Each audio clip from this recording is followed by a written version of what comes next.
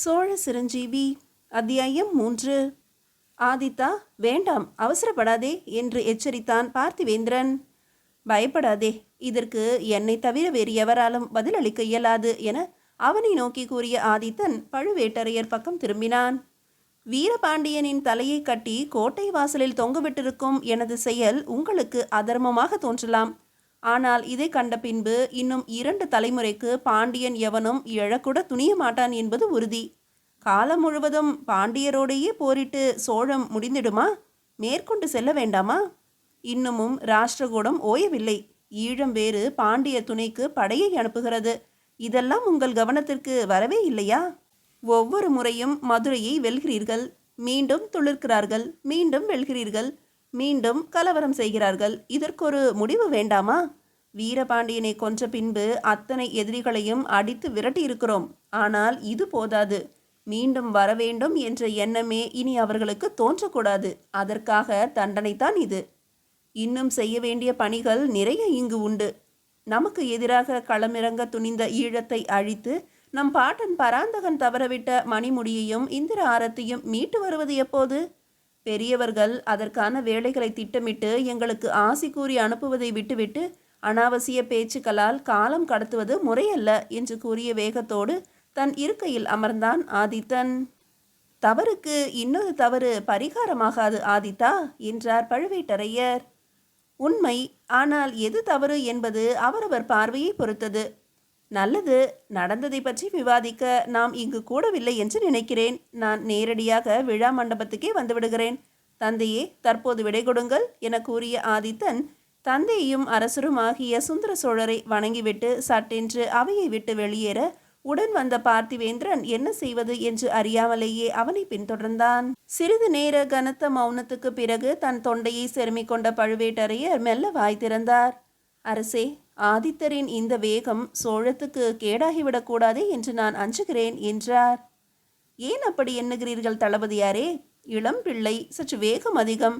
வீரபாண்டியன் போன்ற சில விஷயங்களுக்கு இந்த வேகமும் அவசியம்தான் என்று எனக்கு தோன்றுகிறது என்றார் சுந்தர சோழர். இல்லை, இது நாளை அரசியலில் பெரும் குழப்பத்தை விளைவிக்கக்கூடும். அரசருக்கு மட்டுமே உரித்தானது அதிகாரம். அதன் பின்பு இளவரசருக்கு மட்டுமே இவ்வதிகாரம் செல்லும் என்பதை தங்களுக்கு நான் நினைவூட்ட வேண்டியதில்லை என்று எண்ணுகிறேன் என்று இழுத்தார் பழுவேட்டரையர். அதனால் என்ன? ஆதித்தன் இளவரசன்தானே? அனிருத்தரின் கேள்வியில் பல விஷயங்கள் பொதிந்திருந்தன. இளவரசர்தான். நமது மன்னரின் மைந்தன் என்ற உரிமையில் இளவரசர்.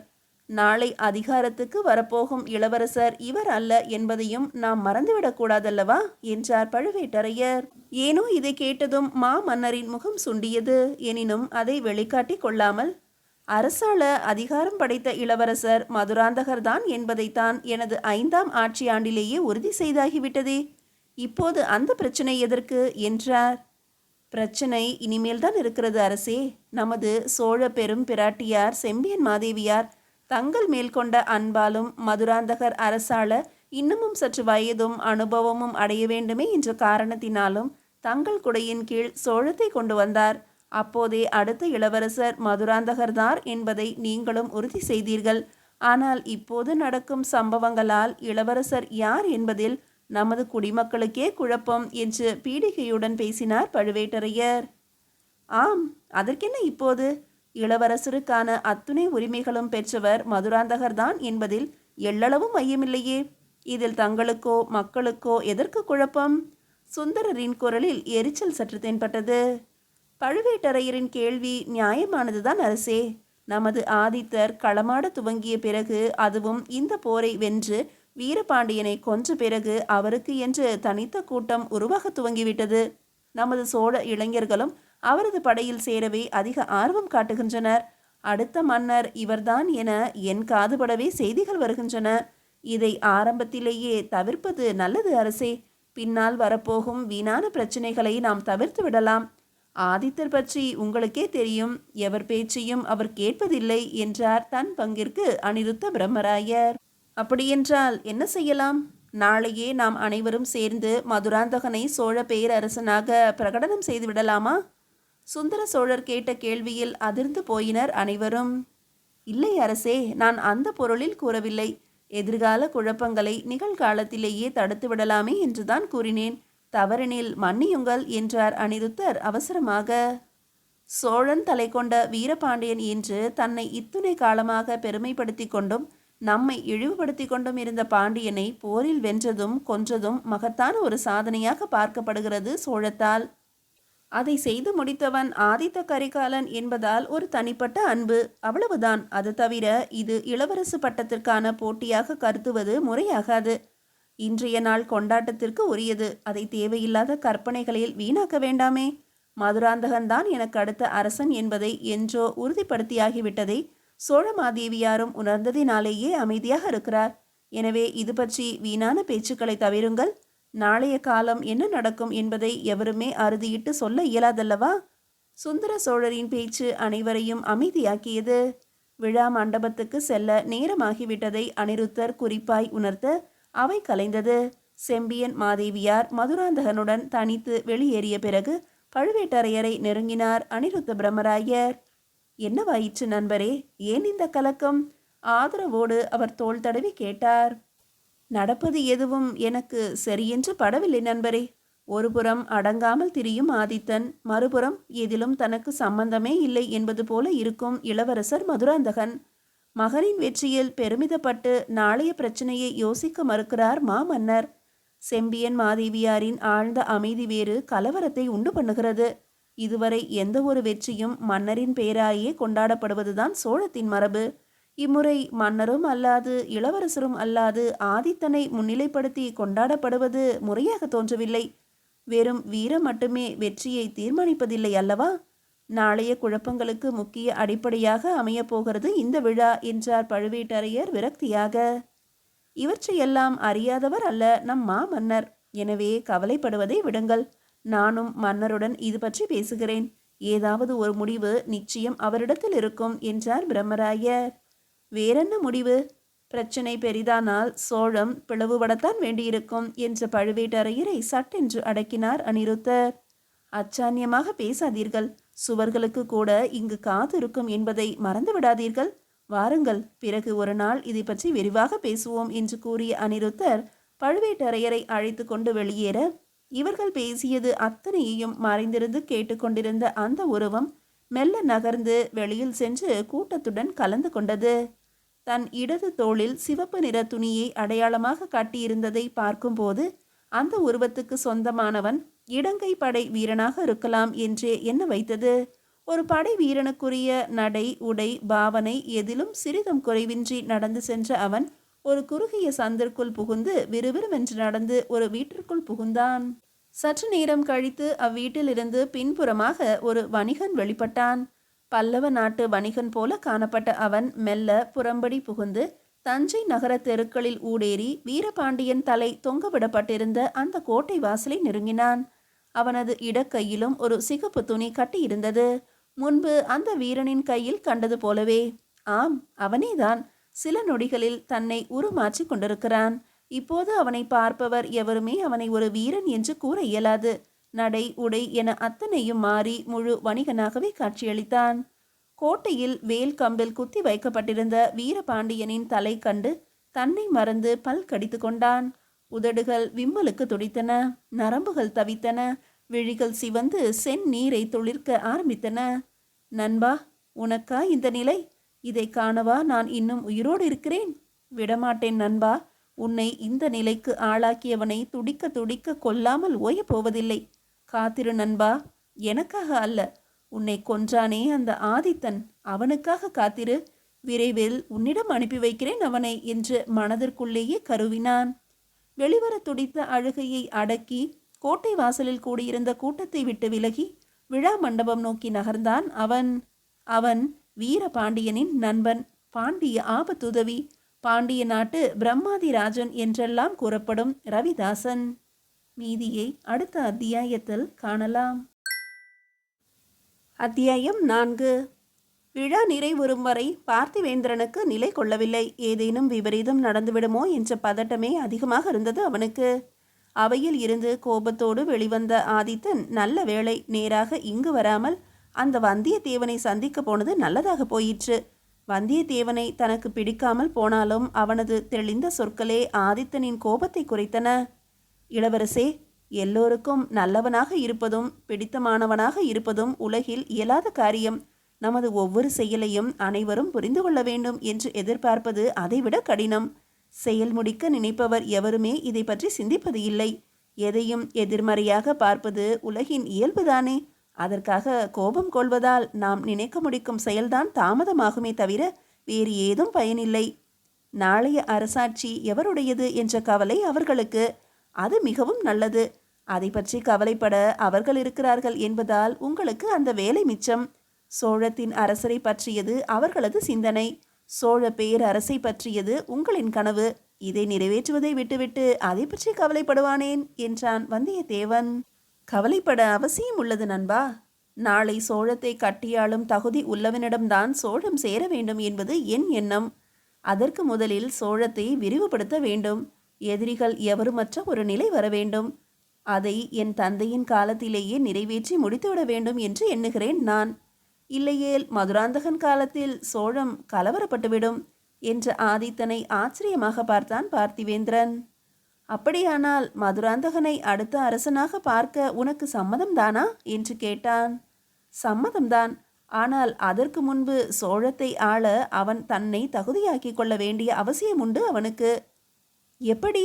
அவனும் போரெடுக்க வேண்டுமா எதிரிகளை நோக்கி கேட்டான் வந்தியத்தேவன். தேவையில்லை. எதிரிகளை அடக்கிவிட எனக்கு துணை இருந்தாலே போதும். உனக்கு கட்டுப்பட்ட சிற்றரசனாகவா என்றான் பார்த்திவேந்திரன். இதுதான் இங்கு பலருடைய பிரச்சனை. அரசன் என்பவன் எல்லோரையும் விட மேலானவனாக இருக்க வேண்டும். அதற்காகவே அரசு பதவி அடைய வேண்டும். இதுதான் அனைவரின் எண்ணமாக உள்ளது. உங்களுக்கெல்லாம் அரசன் யார் என்ற பிரச்சனை, எனக்கு எதிரி யார் என்ற பிரச்சனை.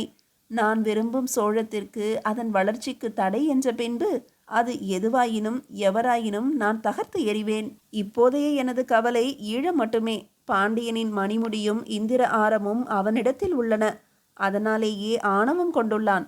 தென்னவன் முடி என் காலடியில் என்று இருமாப்பு கொண்டு பேசி வருகிறான். அவன் கூறும் வார்த்தைகளில் சோழமும் அடங்கும் என்பது இங்கு எவருக்கும் புரியவில்லையே. முதலாம் பராந்தகர் காலத்தில் தவறவிட்டதை இரண்டாம் பராந்தகரான என் தந்தையின் காலத்துக்குள் கொண்டு வந்துவிட வேண்டும் என்னும் தவிப்பு எனக்குள் இருக்கிறது. அது எவருக்கும் புரியவில்லை. எதிரியே ஆயினும் பாண்டியன் இப்போது நமக்கு கட்டுப்பட்டவன் அல்லவா? அவனது பெருமை காப்பது கூட நமது கடமை அல்லவா? எவரிடத்தில் அந்த மணிமுடியும் ஆரமும் உள்ளதோ அவனே பாண்டிய அரசன். இப்போது அது ஈழத்து அரசன் கையில். அதை நாம் அடையும் வரை பாண்டியத்தை வென்றதாக கூறிக்கொள்ளவே முடியாது. நமது அடுத்த இலக்கு அதுவாக மட்டுமே இருக்க வேண்டும். அதை மீட்டு வந்து நமக்கு கட்டுப்பட்ட ஒரு பாண்டியனுக்கு அதை சூட்டி மதுரையை ஆளும் உரிமையை தந்தாலே போதும். காலம் முழுவதும் பாண்டிய நாடு நமக்கு நன்றியோடு கட்டுப்பட்டிருக்கும் என்று ஆதித்தன் கூறி முடிக்கும் முன்பு, ஆகா, மிக அருமையான யோசனையாயிற்றே.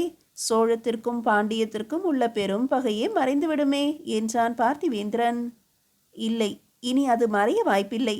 காலம் அந்நிலையை மாற்றிவிட்டது. வீரபாண்டியனின் மரணம் இடைவிடாத பகையை தோற்றுவித்துவிட்டது. பல தலைமுறைக்கும் இது பேசப்படும். ஆனால் அந்த மணிமுடியும் ஆரமும் பாண்டியரின் அடையாளம். அது நம்மிடம் இருக்க வேண்டியது அவசியம் என்றான் ஆதித்தன். இதை மன்னரான உமது தந்தையிடம் தெளிவாக பேசலாமே இளவரசே என்றான் வந்தியத்தேவன். இல்லை, புரியும்படி எனக்கு பேச தெரியவில்லை. என்னை புரிந்து கொள்ள அவருக்கும் நேரம் அமையவில்லை. ஆனால் இதற்கான ஒரு வழி உண்டு. எம் தந்தை அந்த இருவரின் பேச்சை மீறி எதுவுமே செய்ய மாட்டார். அவர்கள் கூறினால் என் திட்டங்களுக்கு தயங்காமல் ஒத்துழைப்பார். ஆனால் கொடுமை என்னவெனில் அந்த இருவருக்குமே என்னை பிடிப்பதில்லை என்பதுதான் என்றான் ஆதித்தன். சோழ மன்னரையே தன் பேச்சை கேட்க செய்யும் அளவிற்கு இருவரா? யார் அவர்கள் இளவரசே? நான் வேண்டுமானால் போய் பேசி பார்க்கவா என்று கேட்ட வந்தியத்தேவனை நோக்கி வாய் விட்டு சிரித்தான் ஆதித்தன். நீ கண்டு பயப்படும் பழுவேட்டரையரே அவர்கள் முன்பு பேச பயப்படுவார் நண்பா. சோழ மாதேவியார் செம்பியன் மாதேவியிடம் போய் உன்னால் பேசிவிட முடியுமா? சிரித்தபடியே கேட்டான் பார்த்திவேந்திரன். சோழமாதேவியாரா? வாய் பிளந்தான் வந்தியத்தேவன். பிறகு மாமன்னரே அவர் முன்பு மறுபேச்சு பேச மாட்டார். இவர் பேச போகிறாராம் பேச என்று நக்கலாக கூறி சிரித்தான் பார்த்திவேந்திரன். தனக்காக கவலைப்படும் வந்தியத்தேவனின் வெள்ளை உள்ளம் பிடித்து போனது ஆதித்தனுக்கு. ஆனால் அந்த இன்னொருவரிடம் பேச உன்னை விட தகுதியான ஆள் எவருமே இல்லை என்றான் ஆதித்தன் சிரித்துக்கொண்டே. இதை கேட்டதும் ஏனோ பார்த்திவேந்திரனுக்கு முகம் வாடியது. இதை கவனித்து மனதில் குறித்து கொண்டான் வந்தியத்தேவன். நல்ல வேளை, இதற்காகவாவது நான் பயன்பட்டேனே. பெண்கள் என்றால் தான் சற்று தயங்குவேனே தவிர வேறு எவரிடத்தும் எதுவும் பேச அஞ்சுபவனில்லை நான். எனவே எவரென்று சொல்லுங்கள் இளவரசே, போய் விளக்கமாகவே பேசிவிட்டு வந்துடுகிறேன் என்றான் வந்தியத்தேவன். உன்னை இங்கேயே நிறுத்தி வைத்த காரணமும் அதுதான். நாளை நீ பழையாறைக்கு புறப்பட வேண்டியிருக்கும் என்றான் ஆதித்தன். எதற்கு இளவரசே, அதுவும் நான் மட்டும் தனியாக? ஏனெனில் அந்த இன்னொருவர் அங்கேதான் உள்ளார். நாளை நான் கொடுக்கும் ஒரு ஓலையோடு அங்கே சென்று அவரை சந்தித்து விட்டு வா. முடிந்தால் நேரம் இருந்தால் என்னுடைய எண்ணங்கள் பற்றியும் சொல் என்றான் ஆதித்தன். நான் செல்வதே அதற்காகத்தானே கேட்டான் வந்தியத்தேவன். அதற்கும் சேர்த்துத்தான் என வைத்துக்கொள். அப்புறம் ஒரு முக்கியமான விஷயம், நீ பார்த்து பேசப்போவது ஒரு பெண் அல்ல என்றான் ஆதித்தன் குறுநகையோடு. அப்படியா? அது மிகவும் நல்லது எனக்கு என்றான் வந்தியத்தேவன். அவசரப்படாதே, பெண் உருவில் இருக்கும் ஆண் என்று சொல்ல வந்தேன். அவளிடத்தில் சற்று எச்சரிக்கையோடே இரு. சிறிது நேரம் பேசினாலே போதும் அவளிடம். ஒருவேளை நீயே எனக்கு எதிரியானாலும் வியப்பில்லை என்றான் ஆதித்தன். மன்னிக்கவும் நண்பா, உயிர் துறப்பேனே தவிர உனக்கு எதிராக எக்காலமும் நிற்க மாட்டேன். தலைவனாக உன்னை ஏற்றுக்கொண்டிருக்கிறேன் என் மனதிற்குள். என்னை முழுமையாக நம்பலாம் என்றான் வந்தியத்தேவன் உறுதியாக. அறிவேன் நண்பா, அதனால்தான் உன்னை அனுப்புகிறேன் அவளிடம். சோழ பேரரசர் சுந்தரரின் அருமை புதல்வி என் ஒரே தங்கையான குந்தவையிடம் என்று ஆதித்தன் கூறியதை கேட்டு தூக்கி வாரி போட்டது வந்தியத்தேவனுக்கு. குந்தவை இப்பெயர் கேட்டதும் அதிர்ச்சியோடு கூடி ஆயிரம் ஆயிரம் பட்டாம்பூச்சிகள் மனதிற்குள் பறப்பதையும் தவிர்க்க முடியவில்லை வந்தியத்தேவனால். அதே நேரம் தன்னை வீழ்த்தக்கூடிய பிரம்மாஸ்திரம் தஞ்சையிலிருந்து புறப்படுவது தெரியாமல் தன் தோழிகளோடு உரையாடி கொண்டிருந்தாள் குந்தவை, சோழ தேசத்தின் செல்ல இளவரசி. மீதியை அடுத்த அத்தியாயத்தில் காணலாம்.